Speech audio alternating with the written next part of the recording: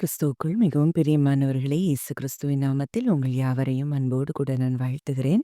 இந்த நாளிலும் தேவன் நம்மோடு கூட இடைப்படுகின்ற வார்த்தை ரோமர் 12ஆம் அதிகாரம் 21ஆம் வசனம்.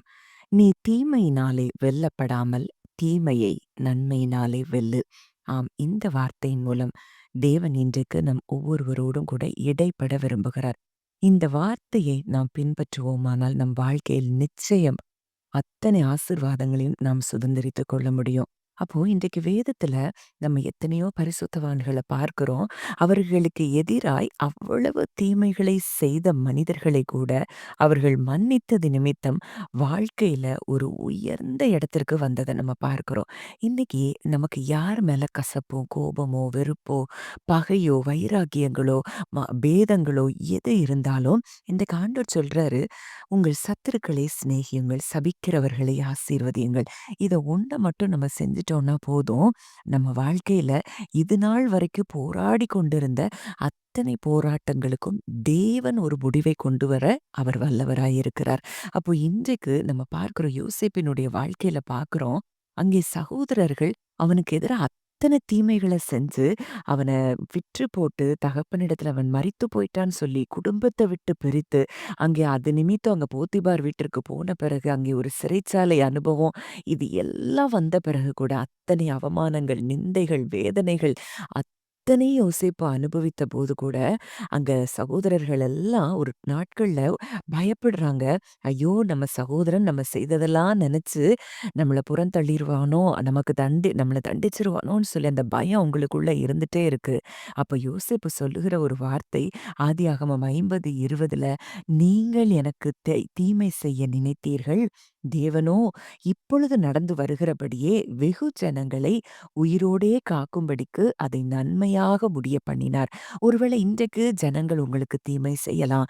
ஜனங்களுடைய வார்த்தைகள் உங்களை காயப்படுத்தலாம். ஆனா, பின் நாட்கள்ல நீங்க பார்த்தீங்கன்னா, உங்கள அந்த காரியங்கள் உங்கள உருவாக்கி இருக்கிறோம். உங்கள பரிசுத்தப்படுத்தி இருக்கோம். உங்கள அன்புக்குள்ள வழிநடத்தி இருக்கோம். அந்த எல்லா காரியங்களையும் தேவன் நன்மையாக முடிய பண்ணினத உங்க வாழ்க்கையில நிச்சயமா பார்ப்பீங்க. அவருடைய வார்த்தை நிறைவேறும் அளவும் அவருடைய வசனம் அவனை புடமிட்டது என்று சொல்லி யோசேப்ப குறித்து சொல்ற அந்த வார்த்தையை நம்ம பார்க்கிறோம். அப்ப அவர் வார்த்தை நிறைவேறும் அளவும் வசனம் புடமிட்டதுன்னா, அந்த மன்னிக்கிற சகோதரர்களை மனப்பூர்வமா மன்னிக்கக்கூடிய இருதயத்த அந்த காலகட்டத்துல யோசேப்பு பெற்றுக்கொண்டத பார்க்கிறோம். இன்றைக்கும் யாரு மேல ஒரு கசப்போ, வெறுப்போ, பகையோ இருந்தா கூட நம்ம வாக்குத்தத்தங்கள் நிறைவேறுகிறதற்கு இதெல்லாம் நம்ம வாழ்க்கையில மறைந்து போனால் அந்த வாக்குத்தத்தங்கள் தானாக நிறைவேறுகிறத நம்ம பார்ப்போம். அதே போல தான் அங்க தாவீது சவுலுக்கு நன்மைய மாத்திரம் தான் செய்றாரு. ஆனா சவுல் துரத்தி துரத்தி தாவீதை கொலை செய்ய அங்க வகை தேடுகிறத பார்க்கிறோம். அப்படித்தான் ஒரு முறை சவுல் அங்கே தாவீதின் கையில வசமாய் மாட்டிக்கொண்ட பொழுது கூட தாவீது சவுல் மேல அங்க என்ன செய்யல, கை போடல, சவுலை கொல்லல. சவுலை தப்புவித்தத நம்ம பார்க்கிறோம். அப்போ அங்க சவுல் சொல்றாரு தாவீதை பார்த்து, "நீ என்னை பார்க்கிலும் நீதிமான். நீ எனக்கு நன்மை செய்தாய். நானோ உனக்கு தீமை செய்தேன். நீ எனக்கு நன்மை செய்ததை இன்று விளங்க பண்ணினாய்.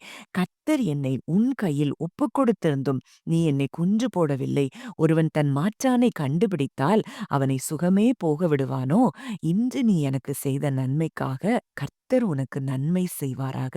நீ நிச்சயமாக ராஜாவாய் இருப்பாய் என்றும் இஸ்ரவேலின் ராஜ்யபாரம் உன் கையில் நிலைவரப்படும் என்றும் அறிவேன்." அப்போ இன்றைக்கு எதிர்த்து கொண்டிருந்த சவுல் தான் அங்கே தாவீது தன்னை விடுவித்த பொழுது அவனுடைய இருதயத்தை பார்த்து இந்த ஆசீர்வாதத்தை அவன் சொல்றத பார்க்கிறோம். அப்போ அங்க பின்னாட்கள்ல தாவீது அந்த தேசத்துல ராஜாவா ஆன பொழுதும் கூட சவுலின் சந்ததியில வந்து அந்த மேவிபோசேத்த அவர் பாதுகாக்கிறதையும் நம்ம பார்க்கிறோம். அப்போ இவ்வளோ பெரிய தீமை தான், தொடர்ந்து தீமை. தாவீது தொடர்ந்து வனாந்திரத்துல ஓடிக்கொண்டே இருக்க வேண்டிய ஒரு சூழ்நிலை தான்.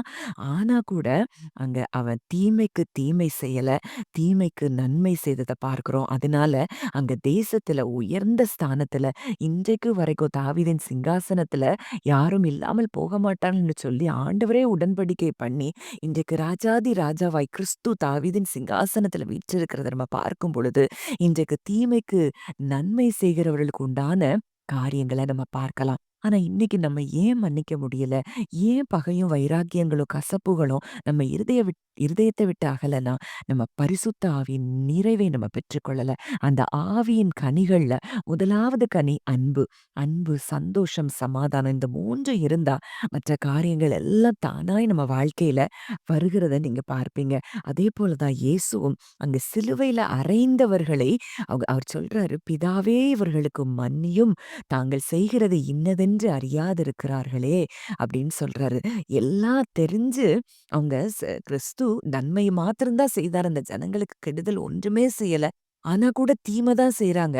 அந்த இடத்திலயும் அவர் மன்னிக்கிறத பார்க்கிறோம். அதேபோல ஸ்தேவானும் கூட அங்க கல் எறியுறாங்க. அப்போஸ்தலர் 7:59, 60ல.